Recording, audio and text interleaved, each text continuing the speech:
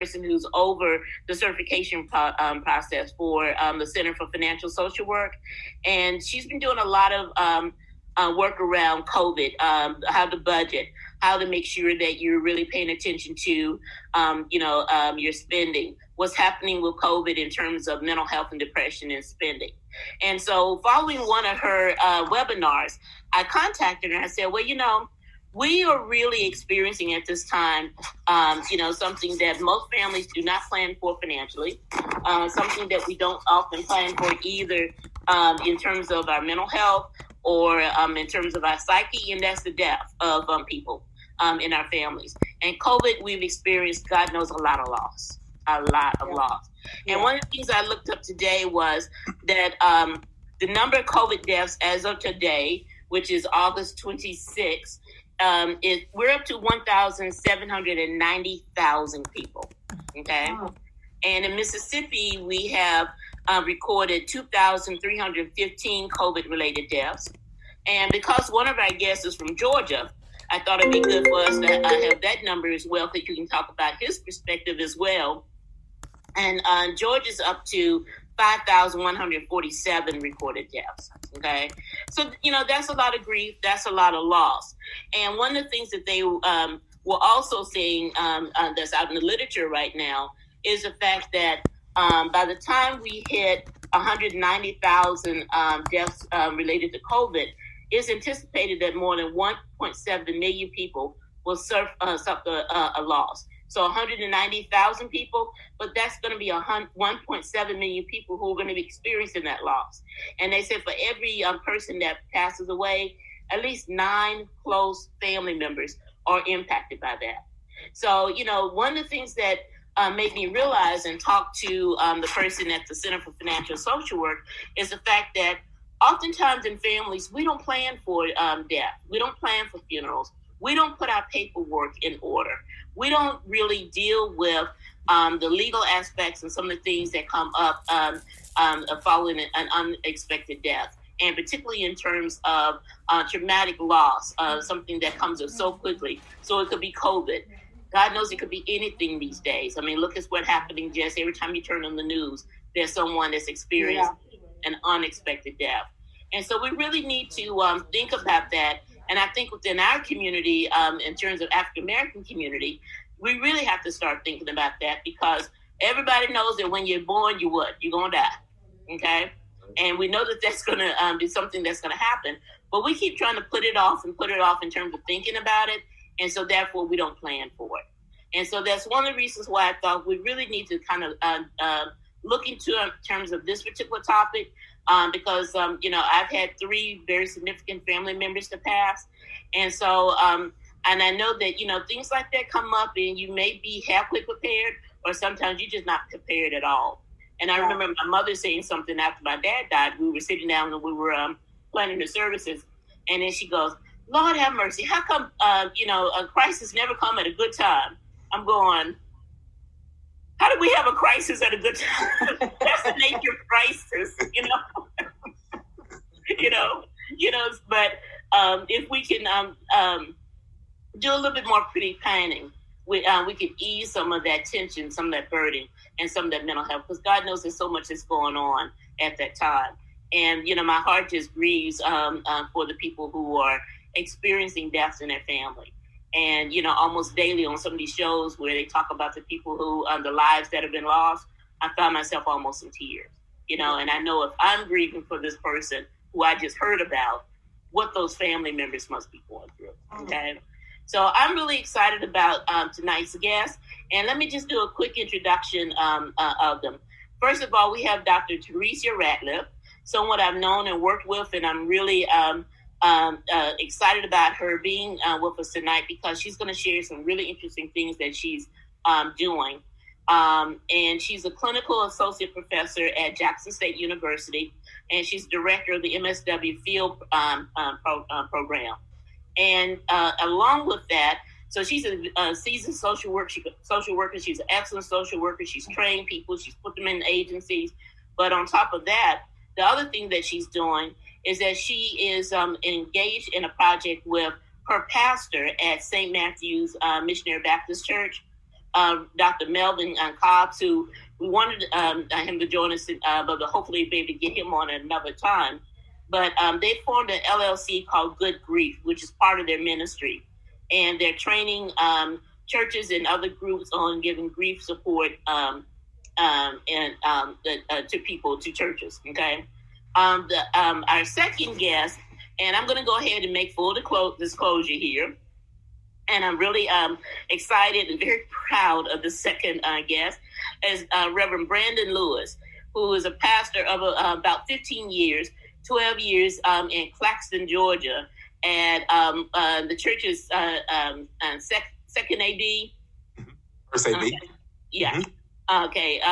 Reverend Brandon Lewis, who received his, I think, have your master's degree from Liberty University. Yes, the theological part. The theologian. Let's make that very clear about what type of degree. The seminary, not school. long time ago. Long time. But he's a wonderful pastor, very dynamic speaker, and also my nephew. Okay. But he's someone, because of his experience, and very seriously, his life experience in terms of what he's been doing in the ministry, his work in community. He's a father of 4 daughters. As he introduced himself, I'm the proud husband of 1 wife and 4 daughters. And he's just done some fabulous work. And I watched him, not only guide his congregation in Claxton, but following the death of my brother, his father, I also watched him and was so proud of the way he led the congregation following my brother's death until they were able to name a new pastor. And so he's very experienced in the ministry. He's looked up in the ministry. And so I thought, who better to give us some insight in terms of what he's seeing, witnessing, in terms of working with congregation, working with people as they're going through the grief and bereavement process, and how he's doing this in terms of, in the wake of COVID. So welcome to my 2 guests. I'm so happy to be that both of you are here. But I want to start off with Teresa and then bring Brandon in. So Teresa, I know that you started focusing on this whole issue around grief and grief counseling. What led you to that? What was, with all the things that you've done in social work and the areas you cover, why did you pick this?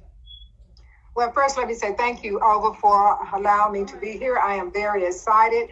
And grief was really not on my totem pole initially as an interest in social work. Social work is very broad. But I've always been interested in the correlation between grief and trauma. Yeah.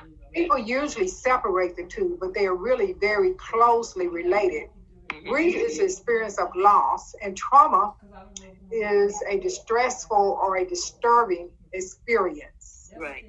And many times people only associate traumatic grief with a sudden loss, accident, homicide, suicide, natural disaster, and so forth. But I experienced grief in a traumatic way when my husband and mother died 7 months apart.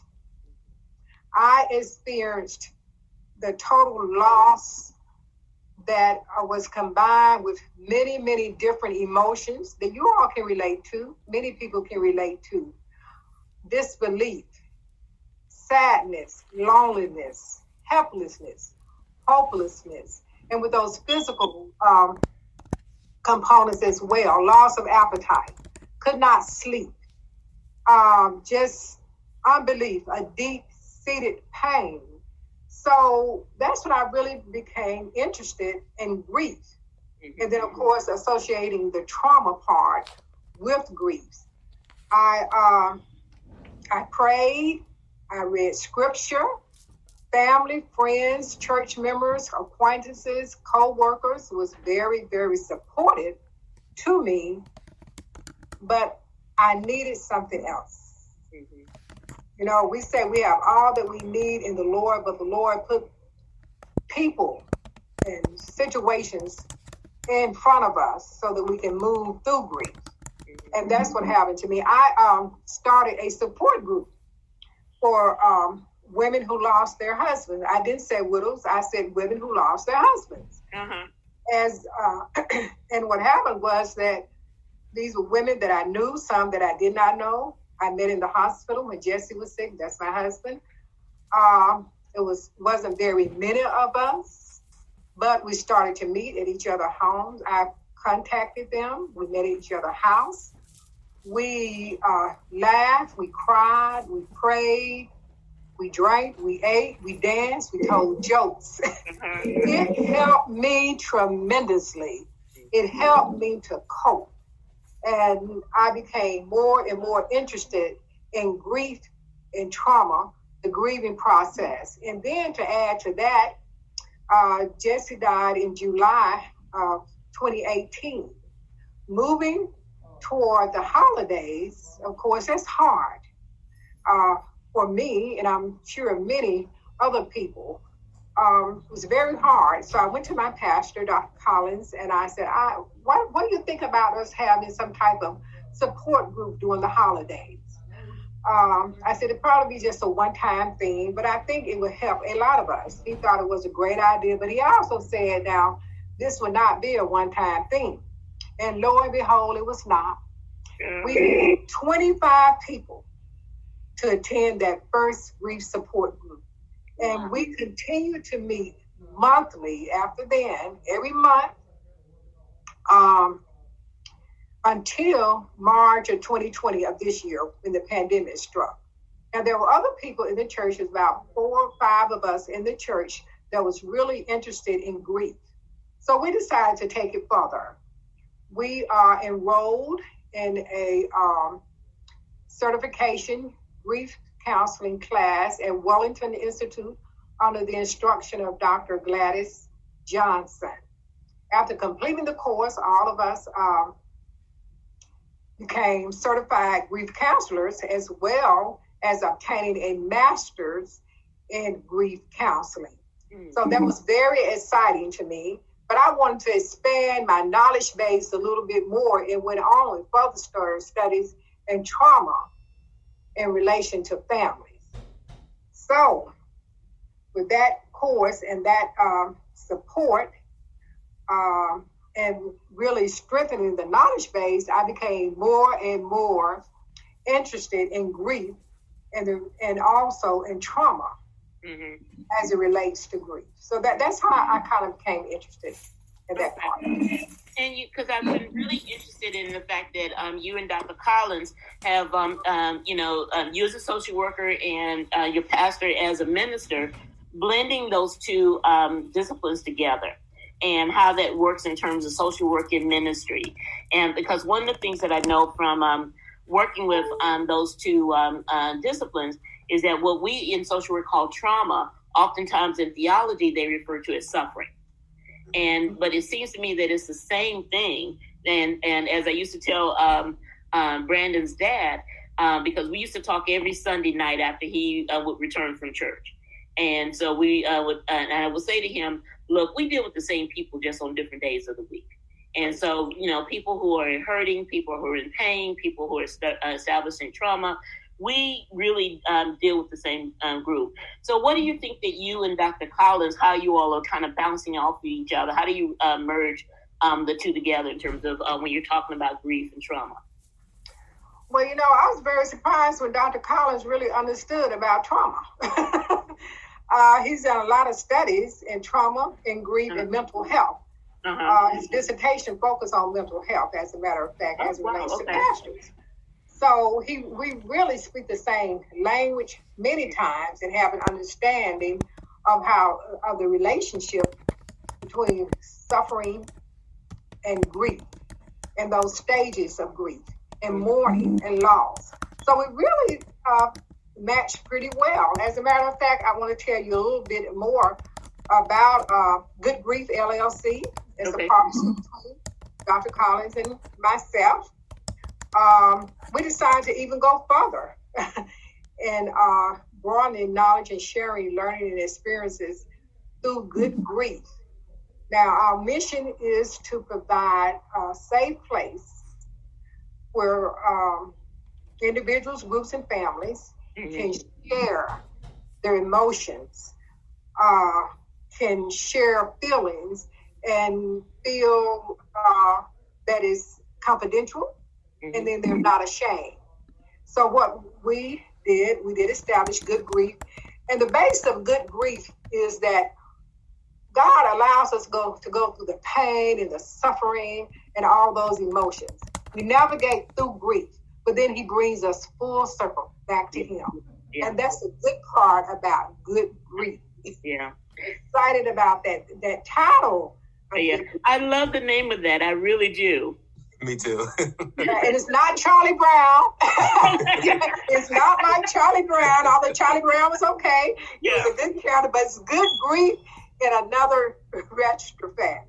Yeah. So we provide grief counseling to individuals, groups, and families. We provide trainings. Part of our ministry is to assist churches to create and develop their own grief support groups. We've done that with several churches locally and also in the rural areas. We're just excited, very excited about what God has done for us. I do have a small private practice where I provide behavioral health to children. And of course, that includes family counseling. I've learned that through behavioral problems that many times children suffer loss also. They're grieving. The loss of a parent, the loss of a grandparent, a sibling, or a significant other in their life, but also the loss of stability, security, a parent not being there, the loss of relationships. So grief is very, very broad. Exactly. But to me, I think the loss of a loved one cannot compare to others because we can get another house, we can get another job, we can even get a little bit more money from somewhere, but it worked. But that once that loved one is gone, they're gone. Exactly. So we have those memories of them, of course. But getting back to your question, Pastor Collins and Dr. Collins and I think along the same line of that. And you know what? That was not by accident. Yeah. And I think it's so significant what you brought up about particularly children and grief. And one of the things that some of the research that I've been reading lately, and I passed some of that over to you and Brandon, is the fact that there are so many children who are losing parents due to COVID. And the fact that we know that right now kids are experiencing such tremendous loss already in terms of loss of their support systems through school, loss of being able to see grandparents who are still healthy and whatnot, but there's that connection that's has gotten lost. But then to have a parent, and in some cases even two parents, both parents, to be lost to COVID, these are really significant issues. And so, I know that some people in the audience may really want to know, is there anything special in terms of grief and trauma that we need to think about with children? Well, I'll just answer that very quickly, then Pastor Lewis can chime in. All of us grieve differently. It's not linear. We grieve differently, and children grieve differently too. Children express their emotions and feelings a little bit different in that many times they don't know how to express their emotions and feelings, and that relates to grief as well.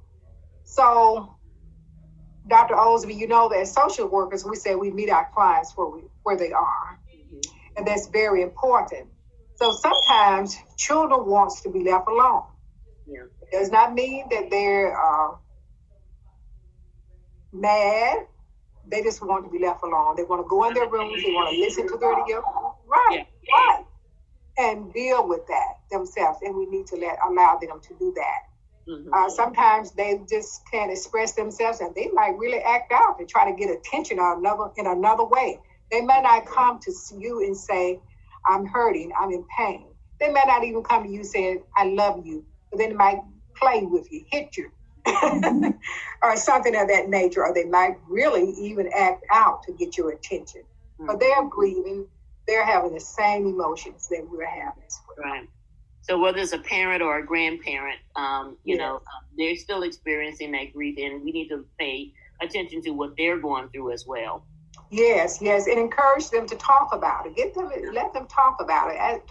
Encourage them to talk about the person that they're lost. Mm-hmm. Well, I'm going to let Pastor Lewis also say something on that. Do you have anything to add in terms of that? Yeah, I love what Dr. Ratliff just said, that we have to meet them where they are. There's no one size fits all. Dr. Ratliff and Dr. Osby, as you know, as a pastor and as a minister, or just a lay person, or just a believer, we're always told to be strong in the Lord and in the power of his might. We always preach about being strong and building up and carrying our cross. And one thing in the church is that we talk about the cross, but we don't talk enough about the crucifixion. Mm-hmm. And it's one thing to hear about it, but when you have been through it and when you have experienced it, I've preached to many fathers or sons and daughters, fathers' funerals. But when it happened at my house last year, at my own family, my own experience, and having to see my father lay before me and I give the last words, it is a stark reality of that, people deal with things differently. And we must have an open mind as the church to not beat them, not try to chastise them with the Bible or, what would Jesus do and this kind of stuff, and meet them where they are, understand them, be patient, be very, very patient, because until you have walked through that valley, you'll never know what it is to walk in the shadow of death. And if the Lord brings you to it, he will bring you through it, you have to trust him, even when you can't trace him. But we thank God for God allowing people to come into the body of Christ that come with the social services and from that mental health perspective, because you can't shout everything out. You can't praise everything. There are some issues that you have to deal with mentally, and it does not mean that you're not a believer, because Luke was a physician. He was a doctor by trade, just as Peter was a great fisherman. So God has blessed us to be dichotomous, just like God is dichotomous, and that we're not just set to be this one person or one individual, whereas all we do is deal with the spiritual without dealing with the physical, without dealing with the natural and the mental as well. And it's where you have to mesh it all together and say, let God be true and every man be a liar, and you'll be all right. Right. And, and that's one of the things that I try to look at, and particularly when I'm working with clients or talking to students and educate them, is that you have to have that mind, body, spirit connection.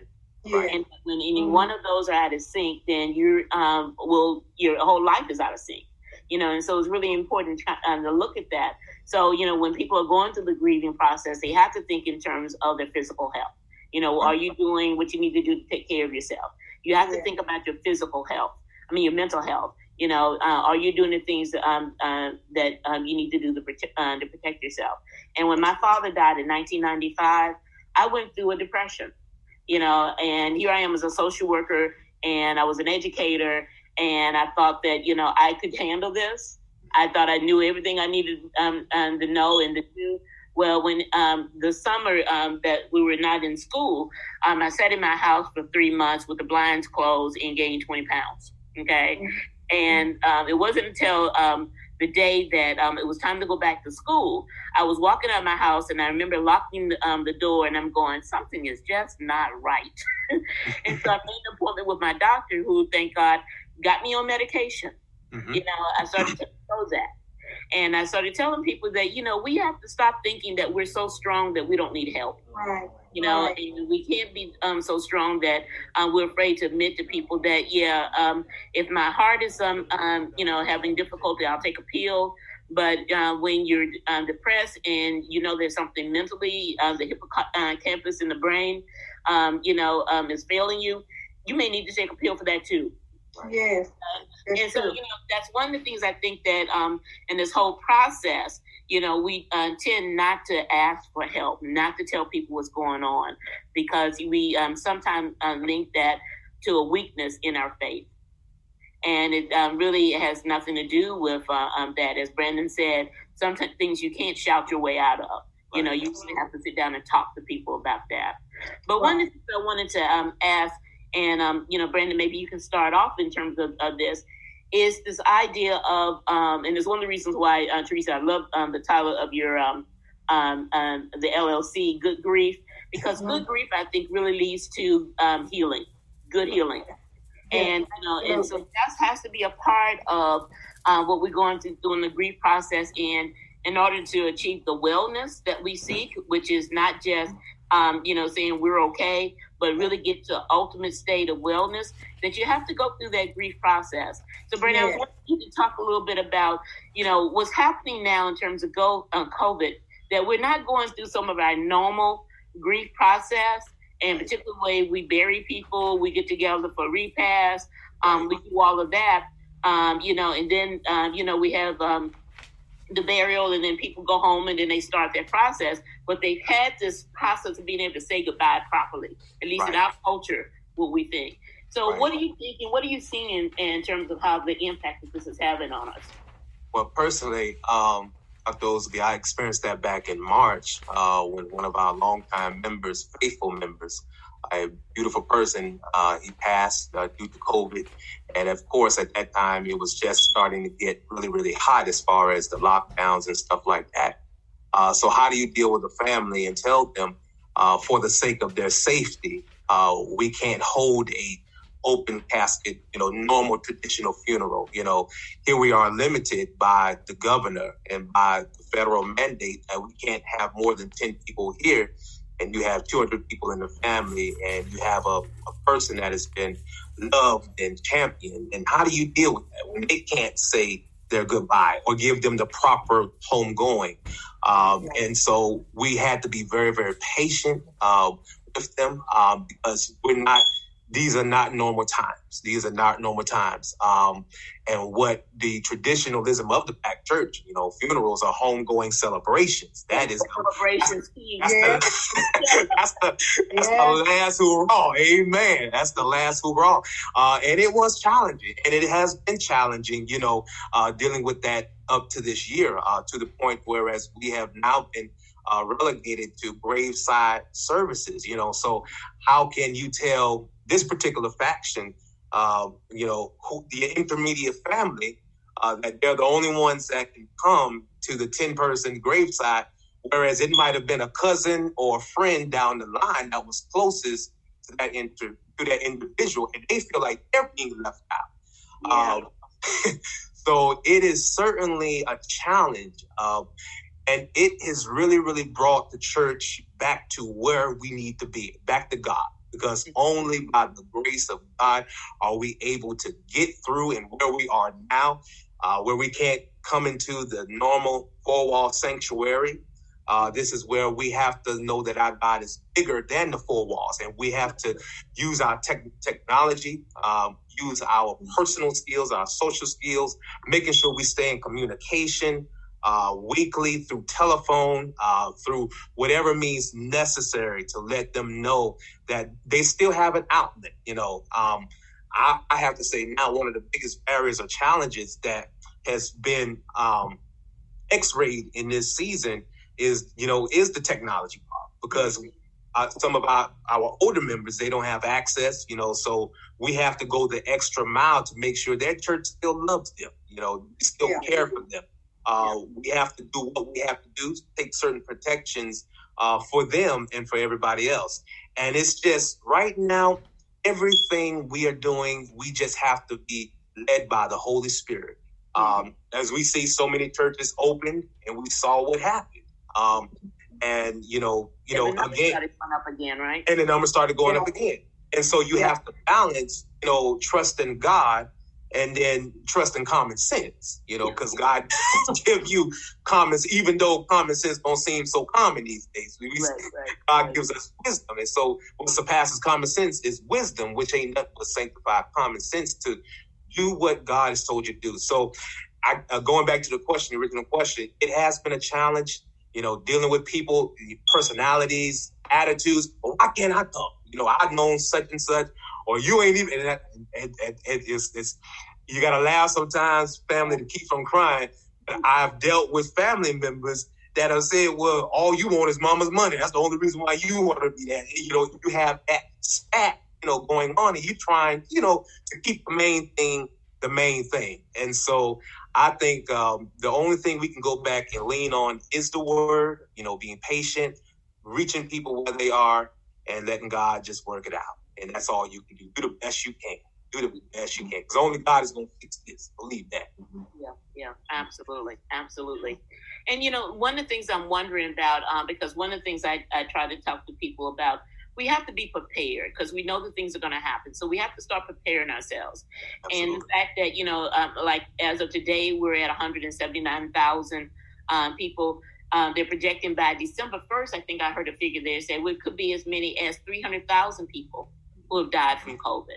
So we know that there are more deaths to come. And then there are more deaths to come from non-COVID things as well. So the fact that we have lost, just droves of people this year just still boggles my mind. How many people we've lost, how many good people we've lost. But what are some of the things that to both of you that you think families should do to start now kind of mentally thinking and preparing about what we may need to do within our families to get ourselves prepared? Well, I think that we need to communicate more within families. Yes. We need to talk it out.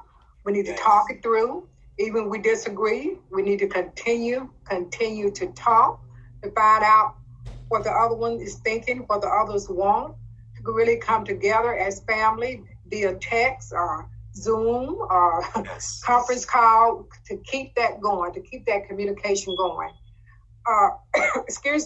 Within families. Prepare a will. Yes. A lot of times we don't talk about wills. Yes. In our culture, many times we don't have wills, okay? But really to sit down and prepare a will.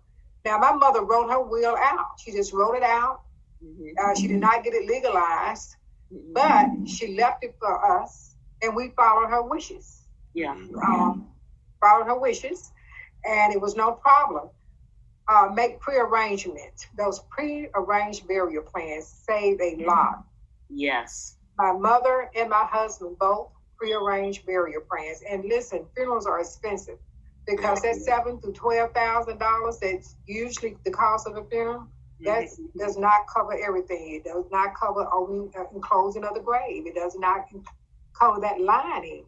And then that vault if we want another vault. So really pre-arrangements to make them before it actually happens. Mm-hmm. Involve the family in the pre-arrangements. Talk to family. Make sure that everyone knows what's going on. Select what we can. Mm-hmm. Purchase the plot. Mm-hmm. The other day, I went and bought a plot for my oldest brother. He has burial insurance. But we decided we would go on and purchase a plot. I did the same thing for Jesse, my mother, and me. And it really felt relieved. One of my sisters went and she purchased one for her and her husband. Uh-huh. More and more people, I think, now are really trying to get our lives in order as a result of this pandemic, especially family members, people that look like us. Mm-hmm. From what I've talked to, that we're really trying to get ourselves together. Sometimes there are funeral homes that will let you start some type of payment plan. Mm-hmm. Payment plan, and that's good. Or if you have a life insurance, you can just sign something over that when that time comes, that the family member that's left, the beneficiary, will contact them. So there are things that we can do, realistic things. And believe me, from experience, it's a burden lifted. Because it is absolutely. It is. One of the things I was so grateful when right before my dad passed away, I spent some time with him about a month before he passed away, and I just started asking him. I was like, "Daddy, what do you want done with this? How do you want this to go? And so even though he was suffering from some mild dementia, he was very clear about what he wanted. He was so comforting because by when the passing actually happened and I was a basket case, I was like, well, I remember Daddy saying he wanted this. I know he wanted that. He would not have wanted this, and so that really relieved a lot of, anxiety for me. It comforted me because I knew I was doing things that he wanted done. Right. And so it all, I think, starts with families talking and writing things down. And just like your mother, she didn't have a will that was, signed off and notarized in an attorney's office. Just having people write down what it is you want. So what they need to do. Because one other thing too, and I want to turn to Brandon, someone that we both know told me that when her sister passed away, they didn't realize how sick she was. But when they went over to her house after she passed away, she had a book right next to her computer that had all of her passwords to all the accounts. She had, written out things. And she said, that was such a comfort, knowing that she had thought about that and thought enough of it, in terms of this is what my family's going to need to know, and so I've started to try to make the same kinds of, little notations, Brandon, so you'll know, in case things come up, because, we know it's all going to happen. And I think that prearrangement in terms of funeral is a good idea too. Okay. Yeah. Brandon, can you share some things that you're seeing too? Yeah, I wanted to speak. I think Dr. Ratliff pretty much covered everything from the mental and the social part of what we can do professionally, but spiritually part as ministers. I think our job, how we can help the kingdom. So many years we have predicated on name it and claim it, grab it and grab it, haul and call it. And the church has become so material to whereas we started treating God like Santa Claus. Yeah. Not realizing that this is not our home. We are just, we those saints who say we're just pilgrims passing through. And thank God this isn't our home. Amen. So now God is bringing us to a place, I think, as ministers, that to help in the grief process. This is not the end. This is only the beginning. This is the worst that it will ever be. It's only one way but up from this point. So we have to make sure that we get back to the basics. Just like with the old saints used to sing the song, some glad morning, they used to revere, heaven and flying away and all of that, whereas, the New Age church, we've become so comfortable and so sophisticated and, so again, commercial, whereas we have our cars, we have our homes, we have educations, we almost got heaven on what we perceive earth, not knowing, no, this is only temporary. The scripture says, set your sights on things that are eternal. And so in this season, we have to be very compassionate, very patient, remind our parishioners, not just our parishioners, remind every believer that this is only temporary. And just as Revelation says that God shall wipe away every tear from our eye, there'll be no more death, no more pain, no more COVID. Amen.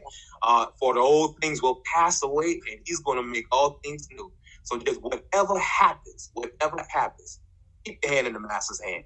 Mm-hmm. That's what we have to encourage. Yeah. Very good. Right. Yeah, and I think that those are things that are so important in terms of particularly the spiritual protection in terms of what people are going through, And one other thing, Teresa, that you mentioned too, that average funeral costs of 7,000 to 12,000. Oh my God. Too often families are just not prepared for this. And the other thing that struck me, one of the reasons why I really wanted to talk about this today was that, as COVID started hitting certain areas, particularly hard, the hospitals filled up, people could not get into ICU. And so they actually had to start airlifting people to hospitals in other states. Well, one of the reports that they had was that when they airlifted people, that meant that, hopefully you're covered by insurance by that, but you're actually going out of network. So that's going to increase costs, and that's going to be an extra financial burden for the family. If the person passes away in a hospital in another state, then the family has to pay to get that individual back, to bring the body back home. And so the cost in terms of that, and then you have the funeral costs in terms of that, so part of what, we have to start doing as a family is start thinking, okay, how are we going to cover the cost of our loved ones? What happens? Is there an emergency fund that maybe we need to start thinking about in terms of for family? What are some of the other ways that, we can kind of meet that burden, come together to address all of that? Because I just think that in this day and age, and particularly with so many people hurting financially, this is going to be a huge burden that's going to be carried on for families, and the impact of this is going to hit them for a long time. In addition to the mental health issues that we're seeing as well. Yeah. So, Brandon, how do families talk to you as their minister about some of the financial things that they're going through? Yes. As Dr. Ozak can speak to that, I'm sure Dr. Ratliff can speak on that as well. Again, that's one of the biggest issues, especially in our community, where we have a good balance as far as young and old, but again, you more so find the older ones, they have established, they put away wills, in other words, they've been responsible in setting their house in order. Mm-hmm. Well, it's only happening to old people, right? That's what the theory was in the beginning. That's what the theory, older, yeah. Right? Until it started happening to younger. Oh, well, it's only happening to, middle-aged to older people, and that then it started to get to the middle-aged. Well, the older than, the younger than middle-aged. And now we're down to the teen. Oh, it's the teen. No, the kid, this is affecting everybody. And we all have to wake up. And I think Dr. Ratliff can say more to that. Well, no, you're talking about the financial part. I was just thinking about how it affects all ages. And you said something earlier that death is inescapable. Mm-hmm. So it's here. It's going to be here. All of us will experience that. And grief is universal. All of us have been traumatized through the pandemic. Yes, Lord. All of us, the pandemic have traumatized us all.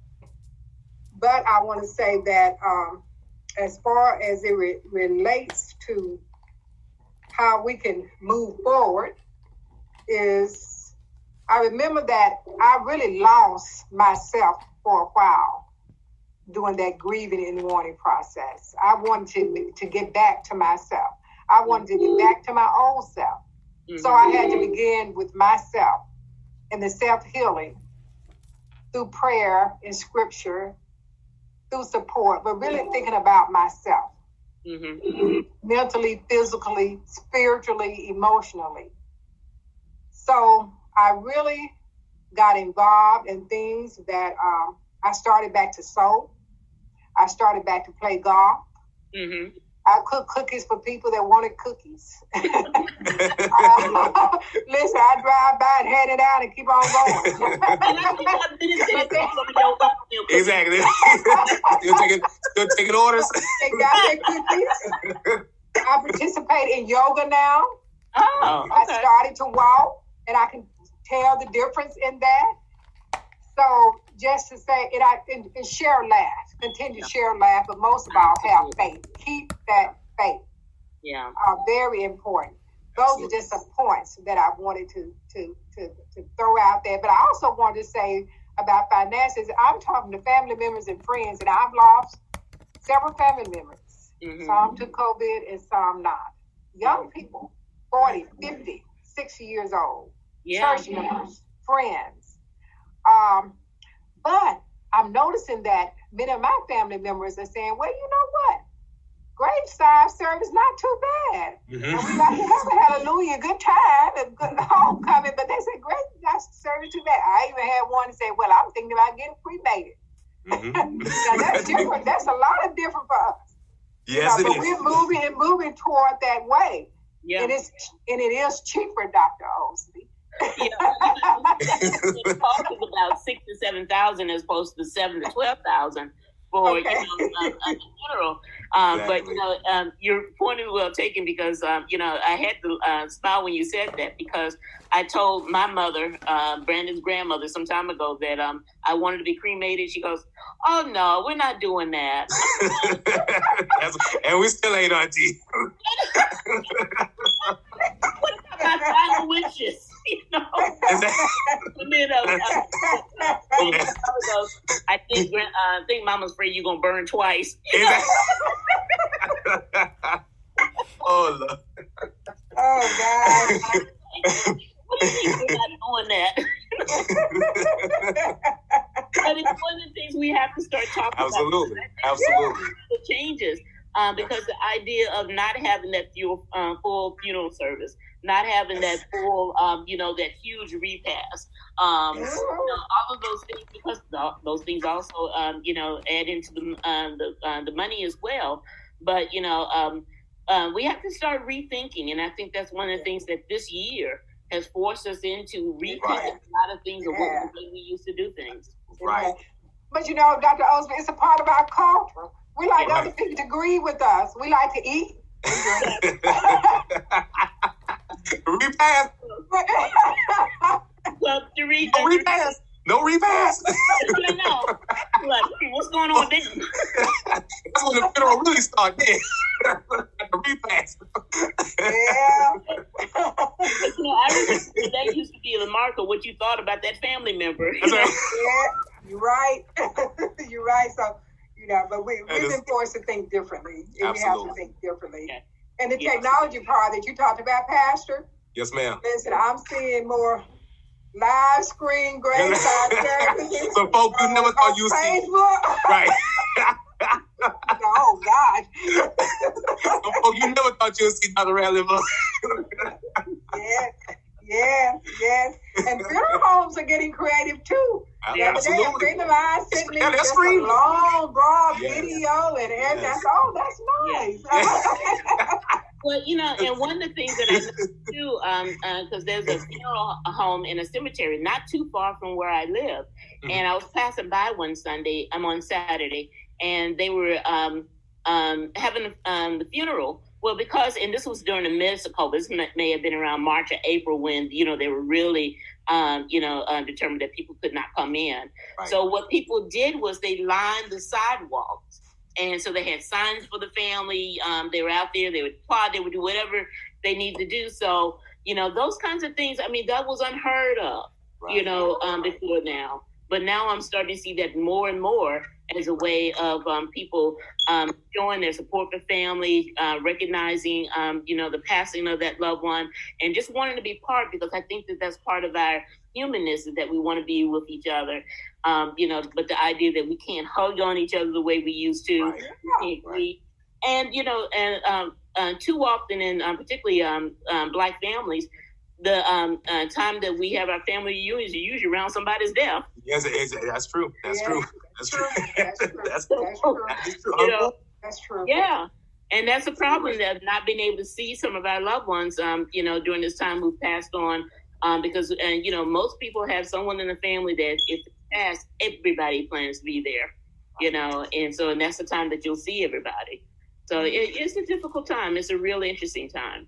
It is. Right. But we must remember to love ourselves, to love on each other. Yes. Love. That is the key. Reach out and touch somebody's hand. Make this world a better place if you can. Love. That's the key. That's all that matters. And it's so important about keeping in touch with people, keeping in touch with people. Yes. And if you don't mind my sharing, on the 1 year anniversary of Brandon's father's passing, we had a Zoom call, and so we, Brandon was at his house with his wife and daughters. His brother was at his house. His mom was there, and Brandon's mom puts on the most fabulous programs. And so, yes, and she told me what time we were going to have a Zoom call. So me and my mom were ready, but they were all dressed. Mama and I was all ready. Oh, and top down. Or top up. That's important. Keep the legacy going. There are many ways that we can keep that legacy going. Zoom call, books, walls, trees, benches, programs, all kinds of things. We celebrate our mother in February. She died in February of 2019. Well, at church, we had a Healthy Heart Day. Wow. We had information. And we serve somewhat healthy food.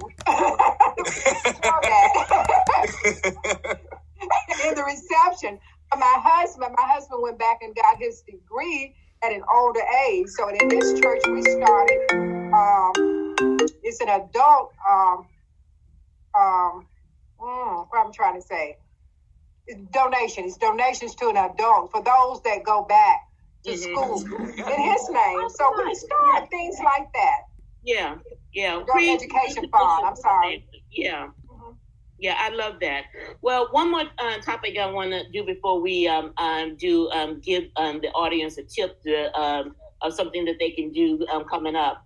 But one of the things I wanted to mention is I think some people are not prepared for how long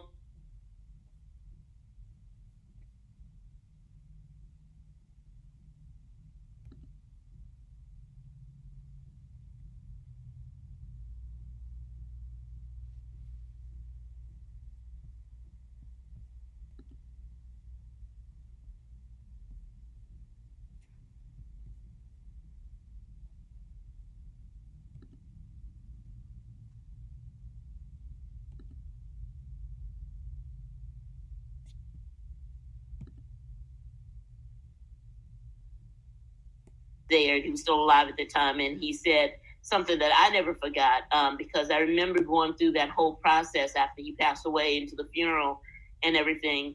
And he said, well, I just want you to know one thing. I've never had one bad day in my entire life. I had some bad moments, but I've never had one bad day.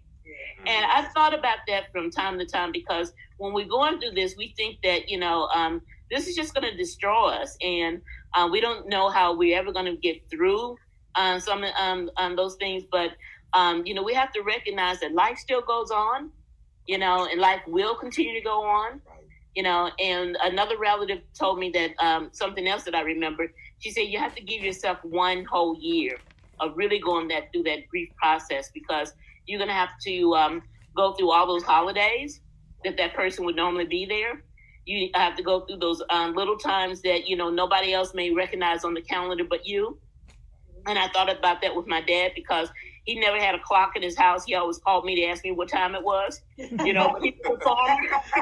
And then it was like, the only time he was concerned about was what time was, a professional wrestling coming on. So I couldn't do that. But I would think about that with Daddy would be calling me by now. So we go through this whole year where it's really painful, but things start easing, and then you start remembering the good things. You start remembering the good times. You start having those feelings and memories, and while you still miss the person, but you it's not as painful, it's not as raw, I guess is what I'm saying. Right. So Priest Teresa.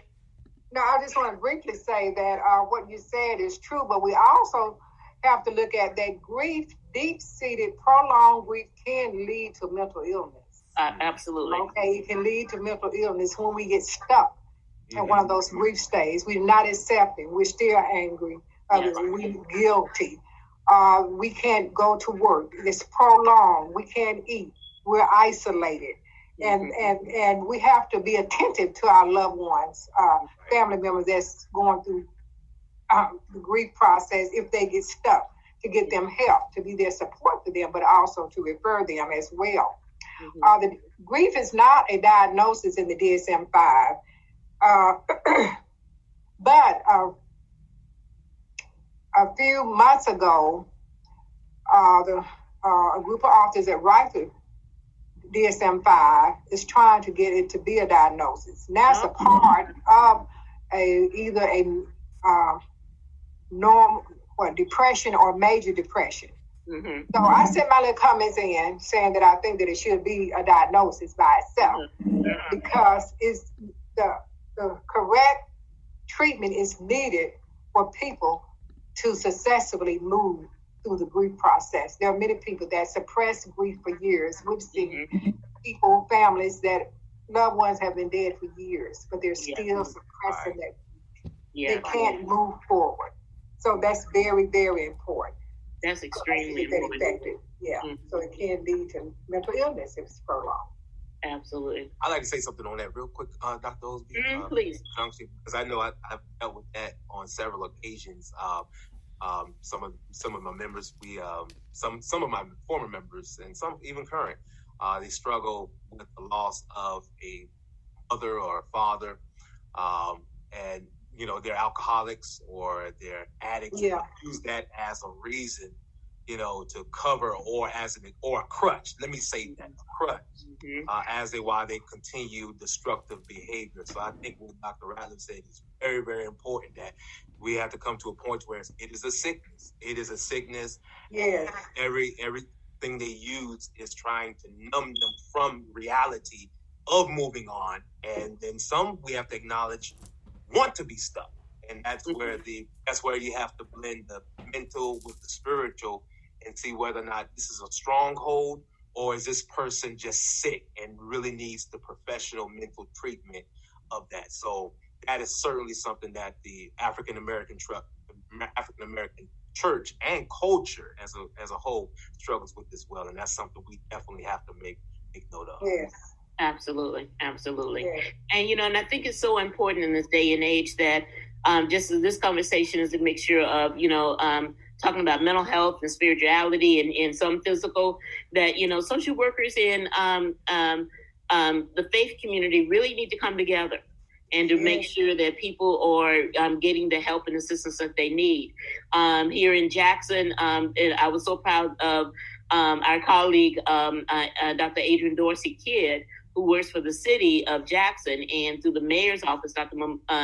Mayor Laluma's office, started the Warm Line that consists of both social workers and ministers. Right. And so one, I think, wonderful way of, bringing these two professions together, because I think that they're both so needed. And I think in a lot of ways, there are so many connections that we have to think about and link together, because in order to really give people the help and assistance that they need. I can't do the ministerial part, but I do know the social work part, and I really people need that part, because I know how important that is in my life. Yes. So, I need to make sure that the people I'm working with are getting physically, mentally, and spiritually well as, as they go through the process as well. Right. Dr. Ratliff, I think the term for that is being whole. Would that be an appropriate, becoming whole? Whole, you said? Yes, whole. Becoming whole. Yes. That's very appropriate. Holistic. That's absolutely right. And that's what I talk about a lot, is the holistic piece in terms of that. Right. The last thing I would just mention in terms of that too, because I think that when we go through the grieving process, sometimes we really don't realize, that as long as we're holding in that grief, it can have that physical manifestation as well. Yes. Because Dr. Louise Hay had this book where she talked about disease, nothing more than dis-ease. And that, when you have that dis-ease, she said doctors need to ask people when they came in for, and they're diagnosed with cancer, or they were having heart problems, or they were on the verge of a stroke, not just in terms of what you're eating, but what's been going on in your life. Okay. And That's she true. said that oftentimes she found that they had lost a spouse, they had lost a child, they were going through some kind of grief process, some kind of loss. And that loss manifests itself into a physical, issue. And so, that holistic piece, Brandon, being made whole. Yes. One part of that out, because it is so important for our entire wellness, in this world. So, oh my God, I've really enjoyed this conversation. Yes, so have I. I have too. Wonderful. Well, one last thing before we go, and this is a little something I like to do on this podcast, is to give something that people can do over the next 30 days until the next fourth Wednesday of the month when I come back on. Something that people can work on. And so, I don't know if you can think of something, right away in terms of that. But one of the things that I'm going to work on, and so maybe other people may want to do this as well, is that I want to start looking in terms of my will. doing powers of attorney because, you know, my mother lives with me and she's 88 and, you know, and I'm 60. Yes, I tell my age, you know, because I'm glad I made it. You know, and so, you know, at these, these ages, we really need to do that. We need to make sure that, you know, we have, you know, our business in order, you know, and so looking at that and also looking at as you mentioned, Teresa, you know, pre-play plans to start picking things out. So that's on my agenda for the next 30 days to start doing that. And I hope other people start at least thinking about that. Sometimes you got to think about it before you actually do it because you got to make that comfort level with yourself. Right. But I'm there. And so I'm going to move forward with it. So I hope other people will start thinking about it and doing the same thing too over the next 30 days. Okay? Oh, yes. So, Teresa, you have something? Well, I was going to say that, you know, we can't change the times that we're in. We can't do anything about that. But getting back to what you said, we can find coping mechanisms and we can do things ourselves. Mm-hmm. And when we change our thought process. Mm-hmm. So what I'm going to do is the next, over this time period, we said 30 days, I really want to connect with family members to really talk to them, to see what arrangements they have in place. I've talked to my oldest brother. I haven't really talked to other siblings, to really talk to them and to see if I can help guide them to really prepare for that process. Mm-hmm. And not to put it off. And just really start talking to them. Because I don't know what they have planned. Some of them have children. Mm-hmm. Some of them have loved ones and some don't. But even to help the children out, that would be good. So really to start talking openly and progressively with family members about that. Okay, wonderful. Okay. I think off the top of my head, again, just like we've been saying earlier, imploring and encouraging everyone, connect with family. If there's something, if you haven't talked to mama in months or Uncle Bubba did you wrong, or they ate your rib or they didn't like your potato salad, get over it and let it go. If it's too short, we see from young to old, from old to young. The chariot is swinging, and it's not holding back on anybody. So, love. I love what Dr. Ratliff said.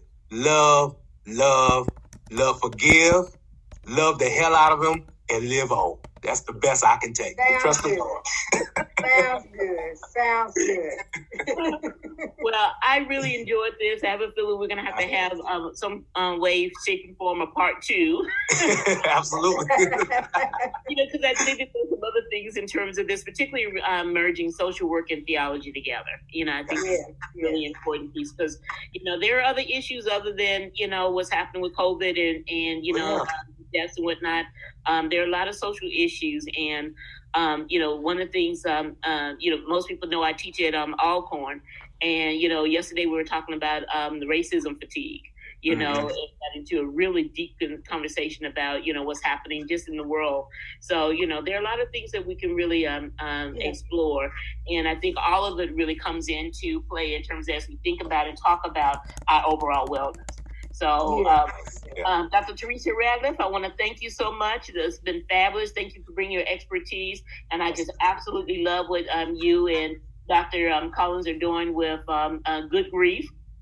You know, now the name of that group is going to be in my mind for quite That's a good one. But thank you, Dr. Osby. And I want to say to Pastor Lewis, you fit right in. Yes, ma'am. I think I'm a part of the team, guys. I can't get rid of me. I enjoy it. I'm part of the team. I am so grateful because thank you, ma'am. From a friend of ours that could not be with us at the last minute. And so when Teresa mentioned a pastor, I'm going, I know one of them. So I appreciate Brandon joining us all from Jackson, Georgia. Absolutely. So thank you, Dr. Osby.